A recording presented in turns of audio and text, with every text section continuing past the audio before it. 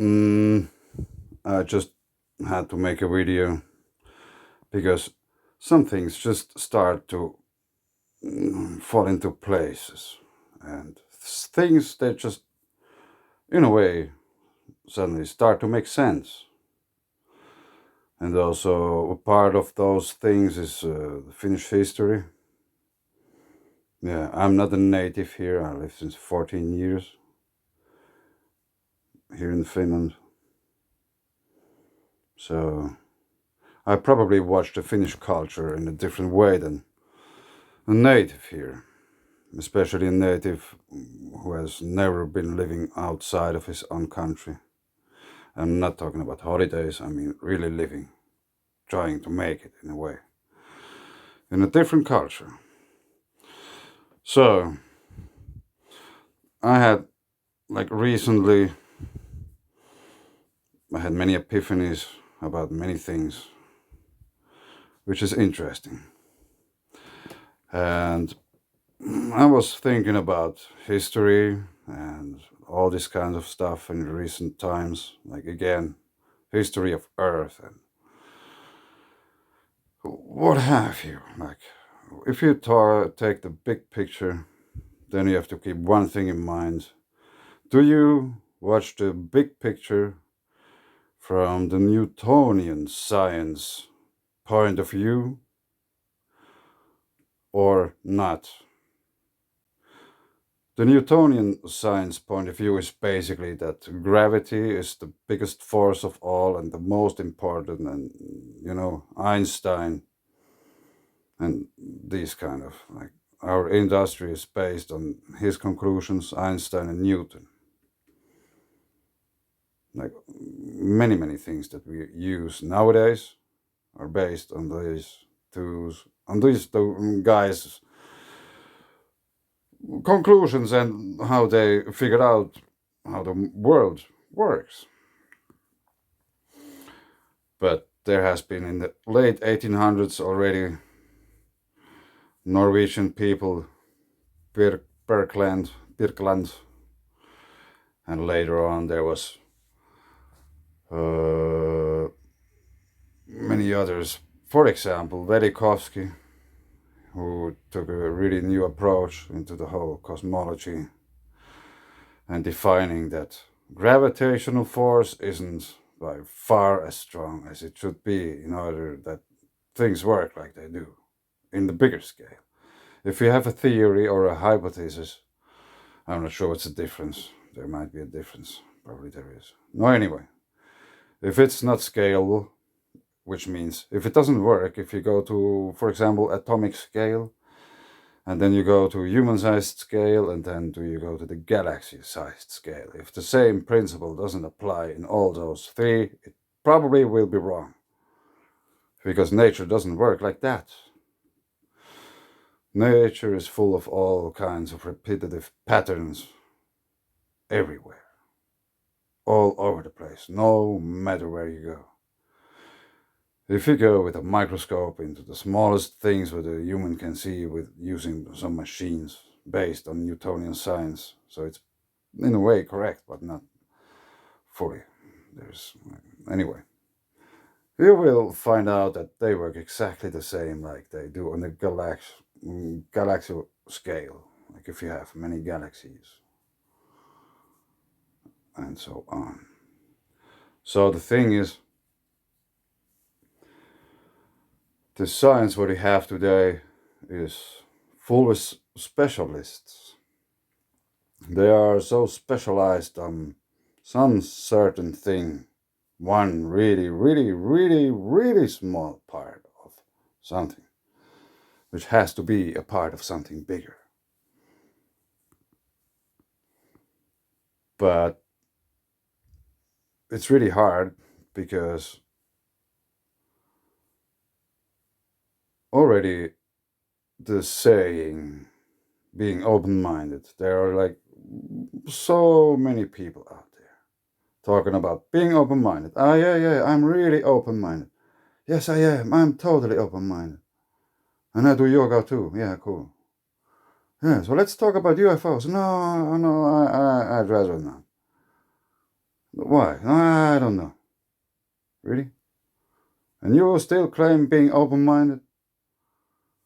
You probably don't know what means being open-minded because you've never got taught in school what it means being open-minded. Because you get pushed in those boxes, you have to fulfill all the expectations from all sides, parents, teachers, bosses, all the time. You fulfill expectations. Yeah, but now I got off the road. I was supposed to talk about that. Finnish history revisited. Yeah. Didn't thought never. I never would have thought making this kind of video. But how things work, how the universe works, you can't know what you don't know, and all of a sudden you just like you understand, which is different from knowing, because like understanding, like seeing dots falling into places and make lines and connect things, and from those emerge patterns and pictures, the bigger pictures.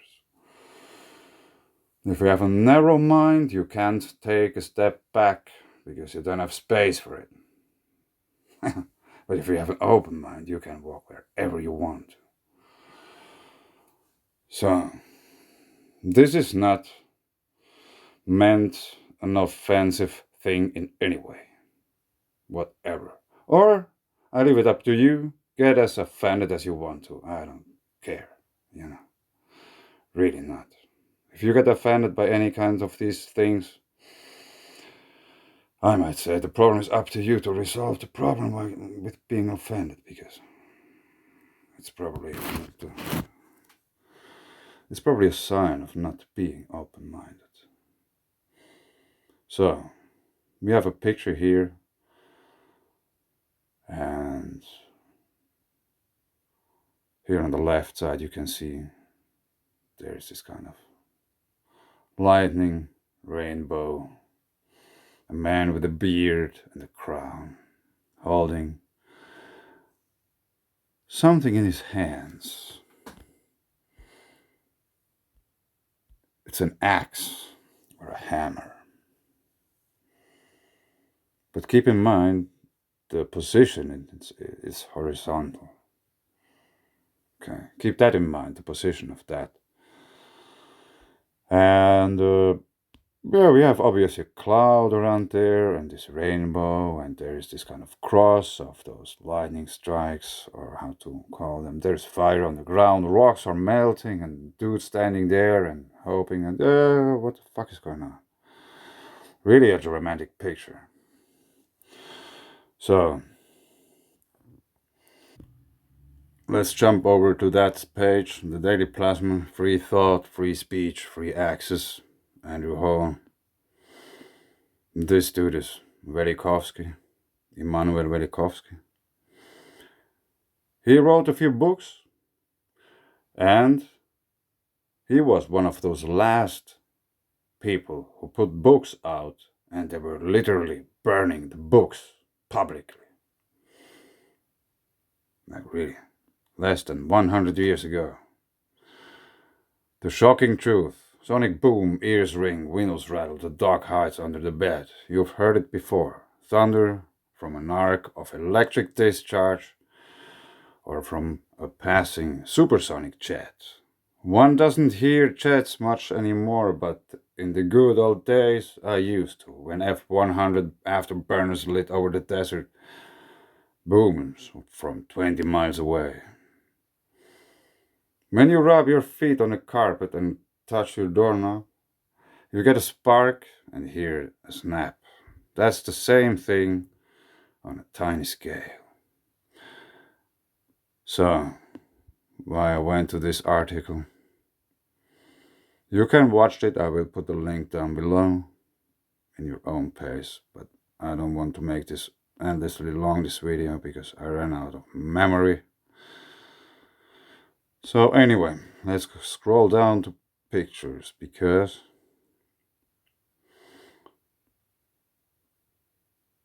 These are meteorites stuff. These pictures. That's molten metal on rock. These are my pictures. I took them. Andrew Hall made those marks on them. So I take that as a verification of this is really what I think it is. That it was a lightning strike which created those marks.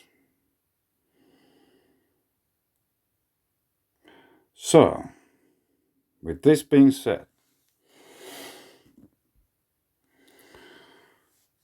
our sun, our only star, has longer and shorter cycles, like all things do. All things. You're breathing in a certain rhythm, your heart is pumping your blood in a certain rhythm.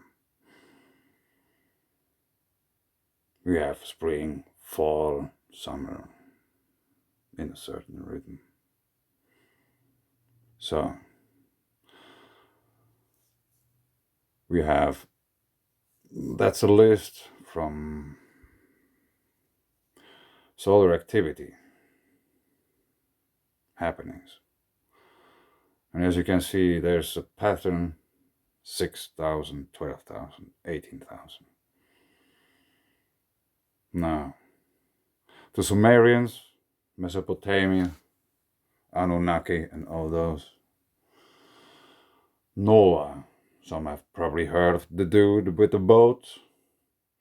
And it's still a mystery to me. First, he opens the window and puts out a crow. And then he closes it, and the crow doesn't come back. So he decides to put out a pigeon or a dove. And the dove came back. And they decided something. I don't know how it went. Probably let's start all over again. Anyway, I still wonder what happened to the crow. No one talks about the crow. And why a crow first? Because I thought they're really wise birds. I don't know. Doesn't matter. Anyway, 6,000 years ago, Noah, Sumerian event. Everything started. All afterwards came the Egyptians and all this kind of stuff emerged. So, about 12,000 years ago, we had a big event in Europe, the Lachnersee in Germany, like a big volcanic eruption. We have many volcanoes in southern Italy, and there's few volcanoes in Middle Europe. We have the whole Middle Europe. I can show you a picture.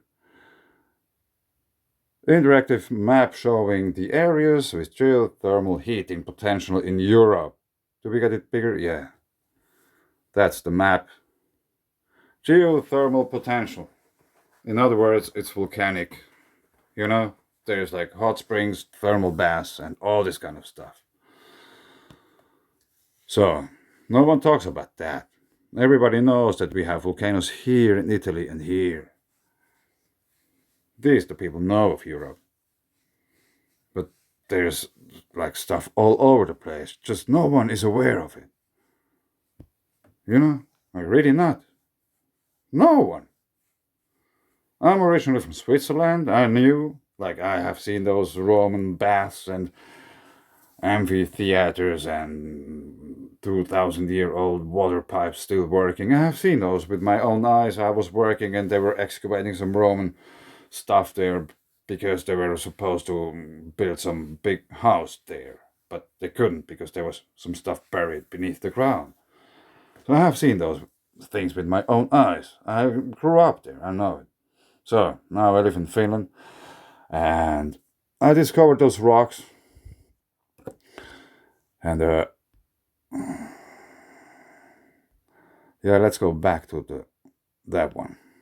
Now excursion on the way. So 6,000 years ago, Noah and the Sumerian event, we had the flood and all this kind of stuff. 6,000 years earlier, the Alps were created. Yeah, you heard correctly. 12,000 years ago. This would, in a way, somehow explain the huge geothermal activity under whole Europe. beside all the other volcanic activity, like with real volcanoes and all this kind of stuff. Now we have sinkholes in Croatia, which is at the end of the Alps, you know.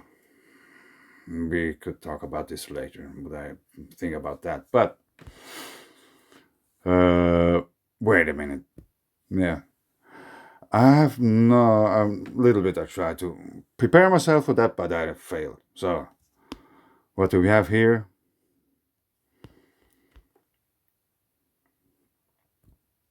12,000 years, Gothenburg excursion, Eiffel complex, Germany, and the Phlegraean fields in Italy.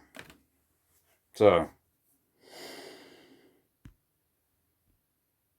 keep that in mind. And then if you check the rhythms, they are about the same. It's because the galactic current sheet is hitting our solar system every 12,000 years. It's just like that. That's how nature works. It's upon us to adapt to it. Well, yeah, let's go to Google Maps. So, Google Maps, Europe. The Eiffel is about here. What we just heard, like this German volcano stuff, 12,000 years ago. And the other is here. So, what's in between? The Alps, which go to Croatia.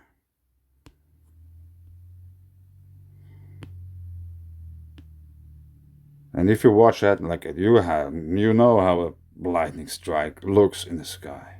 You know the pattern, how it looks. And if you watch at the Alps,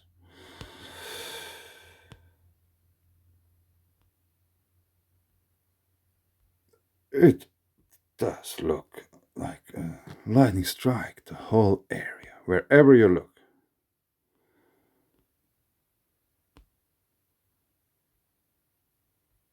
Lightning strike.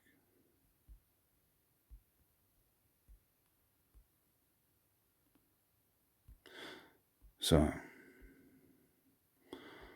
people aren't taught to trust what they see.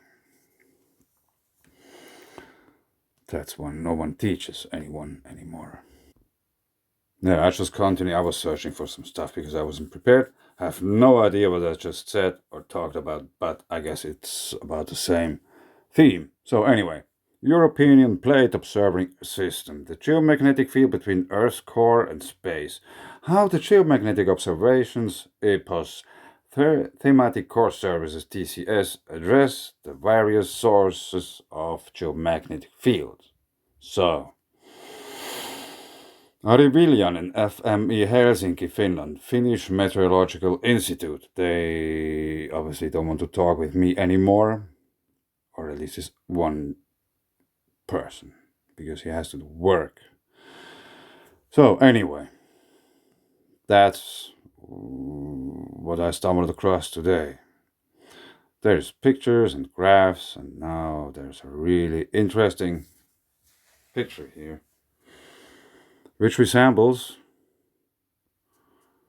what is it about? I don't remember. This is basically magnetics, I guess. Conductions, yeah.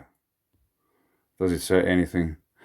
An existing conductions map conductivity integrated over depth. For Fennoscan, you can watch it by yourself. I just want to see you and to show you, see you. So I'm about here. Yeah, maybe use another color. Here, approximately, somewhere. At least it's in the red area. Anyway, if you watch at the figure, it somehow, in a way, resembles an S. It's in a way, it's S-shaped. There's a little bit of stuff here and here. And this one, yeah, now it looks funny. This one is the reason why it's so hot at the moment, but I will maybe talk about this another one. It's the Kursk magnetic anomaly. So anyway, I just wanted to show you one other thing. So we had this magnetic anomaly, those molten rocks, which are most likely produced by a plasma discharge, which goes from A to B, and there are those smaller ones which go down. And there are few places on Earth where you can see this part really well, and I will show you where. For example, if you don't believe me or don't know how to look or what to look for, where are we? Let's go then to Africa.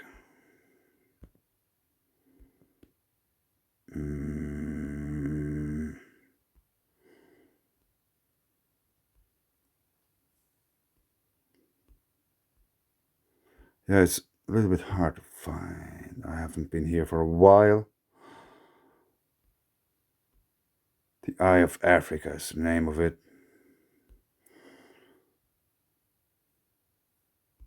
Eye of Africa. What? Real map.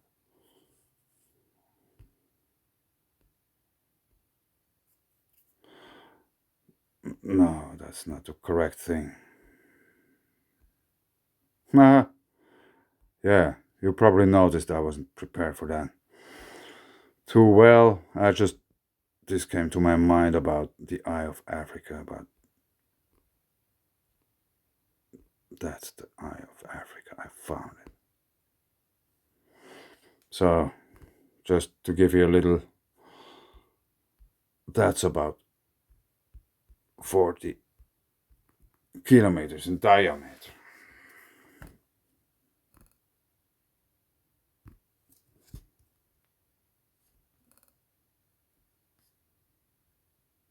You can go on Google Maps, the Eye of Africa.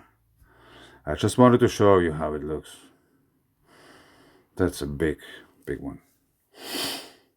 And those kind of things, there are a few ones on Earth. So, let's just imagine there would be this kind of arc discharge event, and I somehow try to really paint it where the rocks are. It's a little bit hard because it's so small. So anyway, so through this kind of arc discharge event, we got this pattern here. It's in a way like minus, plus, minus. In this way, you can somehow watch that. So,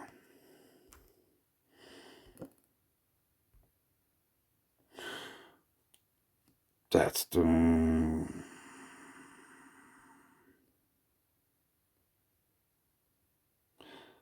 There is this kind of petroglyphs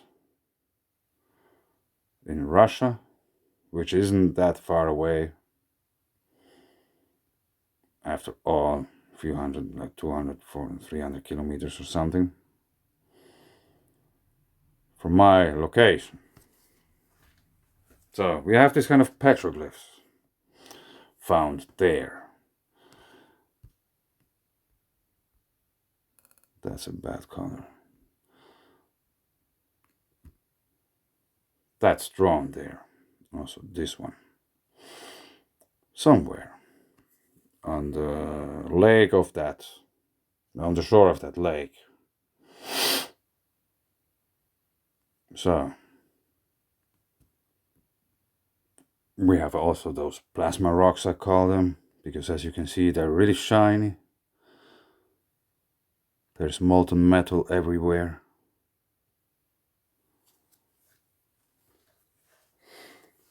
And those people who know about welding, how it works, and how it looks, how it should look, and how it looks if you have no idea what you're doing.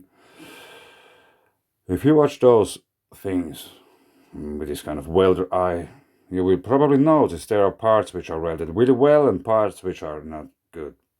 Like, because there was this kind of interference between oxygen and all this kind of stuff. Because if you weld, you have this kind of plasma ball around the place where you're welding. There's this kind of bulb which stays there, and there's no oxygen going there, and the metal melts really nicely together and all this kind of stuff.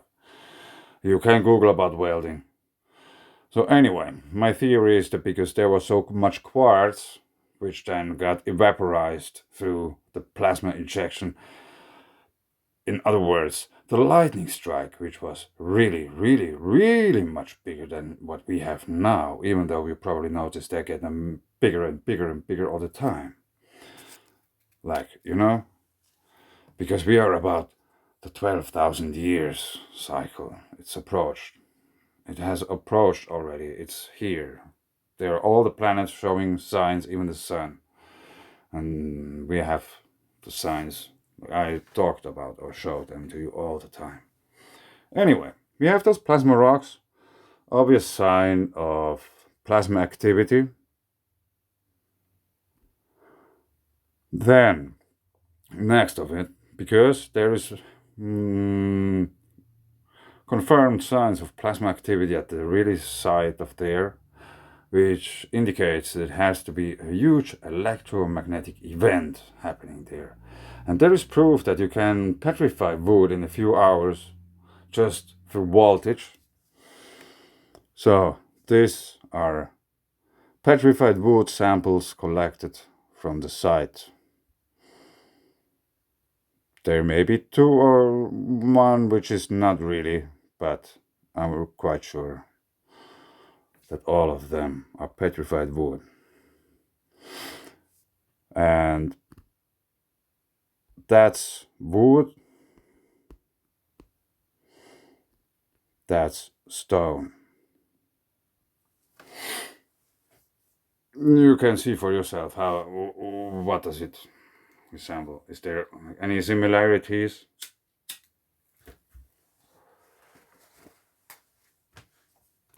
I leave it up to you. So anyway, let's say that's also proof that we have petrified wood.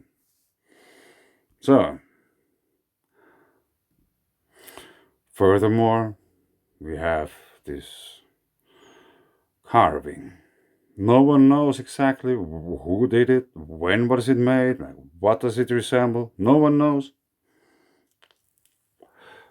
I really try to figure it out, but that's the only thing I know that no one knows. So, it's a little bit enhanced in this picture. And as you can see, the difference, that's nicely carved, and that's like there's this kind of dirt. I don't know how to put it. It's not like, but it's done. It's not. It didn't happen by accident that it looks like that, hairy, or how to put it. Plasma filaments. Anyone? So we have proof for plasma activity at the rock site. We have petrified wood, and we have a petroglyph. Okay, which no one knows about. And there's no petrified wood in Finland as far as I know. I try to figure out if I'm wrong. I'm really sorry. I'm open to learn new things. But as far as I know, there isn't petrified wood in Finland. Until now, probably. But let's go to the next chapter of that little video. Let's talk about dragons. Yeah, you might be really surprised. But you will be even more surprised in a while. In a few moments. The dragon is a large serpentine legendary creature that appears in the folklore of many cultures worldwide.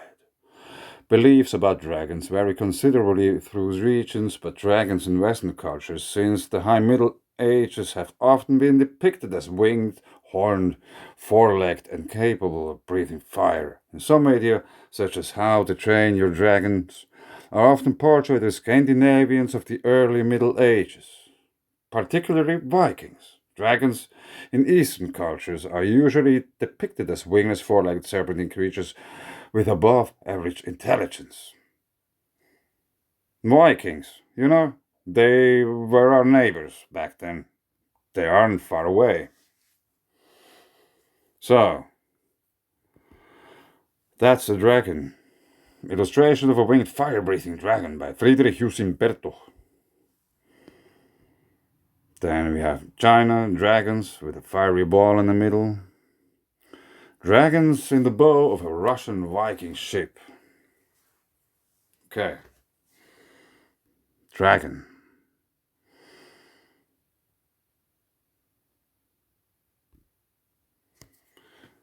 Coat of Arms, Finland. The coat of arms of Finland is a crowned lion on a red field, the right foreleg replaced with an armored human arm brandishing a sword, trampling on a saber with the hind paws. The coat of arms was originally created around the year 1508. So, background. The lion in Nordic heraldry. The heraldic lion is quite common in Western Europe, and several European countries incorporate it into their national coats of arms. In Nordic heraldry, the lion is first found on the coat of arms of Denmark, and later in the part of the 12th century. Starting in the 13th century, the territory of today's Finland was gradually incorporated into the Swedish kingdom, and this coincided with the period when coats of arms first came into use in Northern Europe. The first known use of the lion in Sweden was in the royal seals of Erik Knutsson, Eriksson, who used 2 and 3 lions in their seal, respectively. The first king of the Folkunga family, Valdemar Bigerson, also used 3 lions on his seal. Finland, as is Dashing. Bengt Bingersson, the first Duke of Finland, and Valdemar Magnusson, the second Duke, both used the later Folkunga coat of arms, which was a crowned lion rampant with 3 bands sinister. The main difference being that Valdemar's arms had the field strewn with hearts. This version of the arms was quite similar to the modern coat of arms of Finland, but the lion did not yet brandish any weapon. So,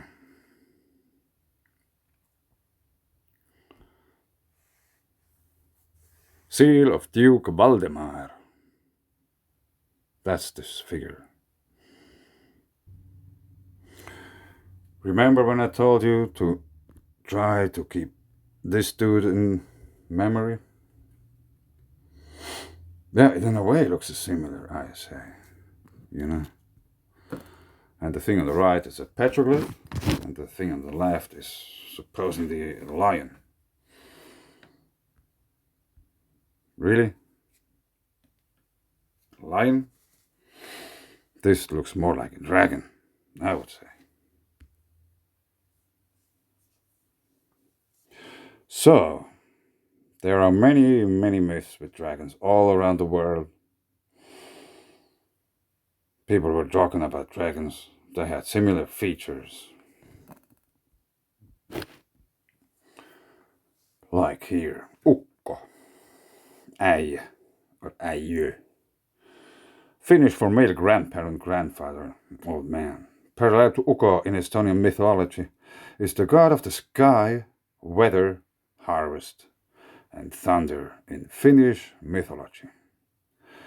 Ukkonen, the Finnish word for thunder, is the diminutive form of the name Ukko. Untosalo believes that Ilmari, another Finnic god, is the origin of Ukko, but that as Ukko, Ilmari experienced very significant, although far from total, influence from the Indo-European sky god, especially in form of Thor. Others believe that Ukko's original name was Baltic Perkunas. Sorry for spelling this probably wrong. Ukko is held the most significant god of Finnish mythology, although it is disputed by scholars whether this is accountable to later Christian influence. In the folk poems and prayers, he is also given the epithet Ylijumala, English Supreme God, probably in reference to his status as the most highly regarded God, and on the other hand, his traditional domain in the heavens. Other names for Ukko include Pitkänen, Isänen, all through portrayed active in myth. When appealed to Ukko makes all his appearances enlightened solely by natural phenomena. All through portrayed active in myth, when appealed to Ukko makes all his appearances enlightened solely by natural phenomena. All his appearances. According to Martti Haavio, the name Ukko was sometimes used as a common noun or generalized epithet for multiple deities instead of denoting a specific god. And here's the picture, what we can see. Ylijumala with crossing the lake in fire on his route to the wedding at Pohjola. Yeah.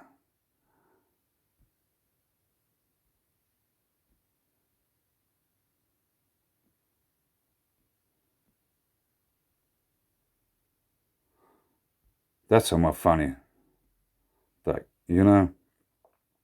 there's water, there's fire.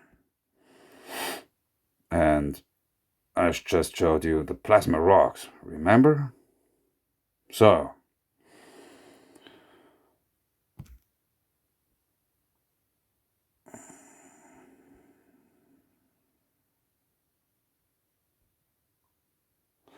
let's go back to this one. The funny thing is, many people wondered why do we have a lion? As this, what it is called again? Coat of arms of Finland. I'm not political, I think that's all just to keep people silent, the whole political thing, but that's another theme. So, creation. Now you know probably how that the lion is actually not a lion. It's a dragon, which became a lion through time. And there would be so much more to talk about like eagle, what they represent, the crowns, what they really represent. Plasma discharge events seen by people in not too recent times, like Alps, 12,000 years old. The Finnish, like those plasma rocks probably created 6,000 years ago. People have seen those with their own eyes. They saw the dragon coming down from the sky, like Zeus and Thor and all those myths with a big hammer and a roar, and there was fire.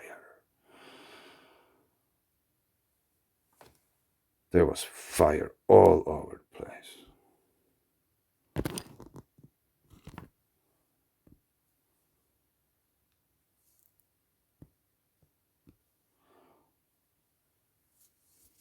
Like on the left, we have the beginning of the Finnish lion, which not really doesn't look like a lion closely inspected, I would say. He resembles more like a dragon, fire-spitting dragon. Yeah, and in a way, he resembles the petroglyph very well too. And the petroglyph wasn't too far away made from that. It's the same region.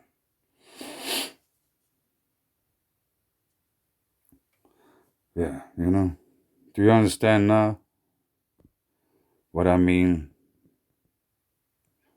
This is where the dragon roamed once. People have seen it.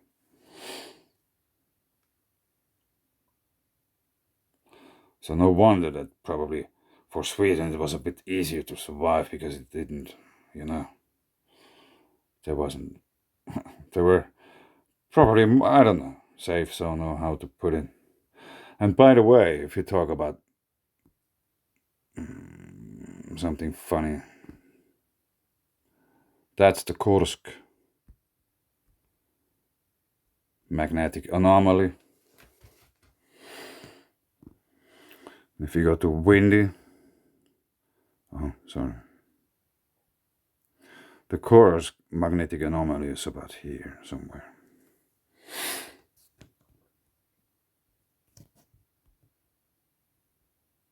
It's this region here. It might be a little bit more south, I'm not exactly sure, didn't check that out too well yet.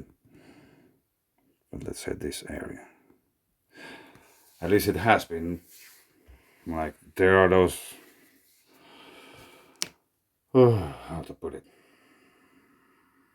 because everything is like, there's layers and layers, everything is in spheres, in spheres, in spheres. So if the sphere on top shifts a little bit more to the, compared to the sphere underneath, it could be that nowadays the marks when it left, when what the dragon left, were probably here. And if the upper crust, which is the place where we stand on, has shifted in any direction, it could be here. So the weather reacts to the place where it's now, not where it has been. So it will shift all the winds which go from south to north and all this kind of stuff. And if our magnetic field is weakening, these kind of places where you have this kind of extreme magnetic anomaly stuff, they will be much more in focus, I guess, in weather prediction. That's why now it's summer, there's much more heat coming in now, because it's summer, and these kind of regions could really well attract that. That's why this high pressure system has been so strong for so long time. That's why we had this kind of strange weather here, because everything comes in cycles. Thank you.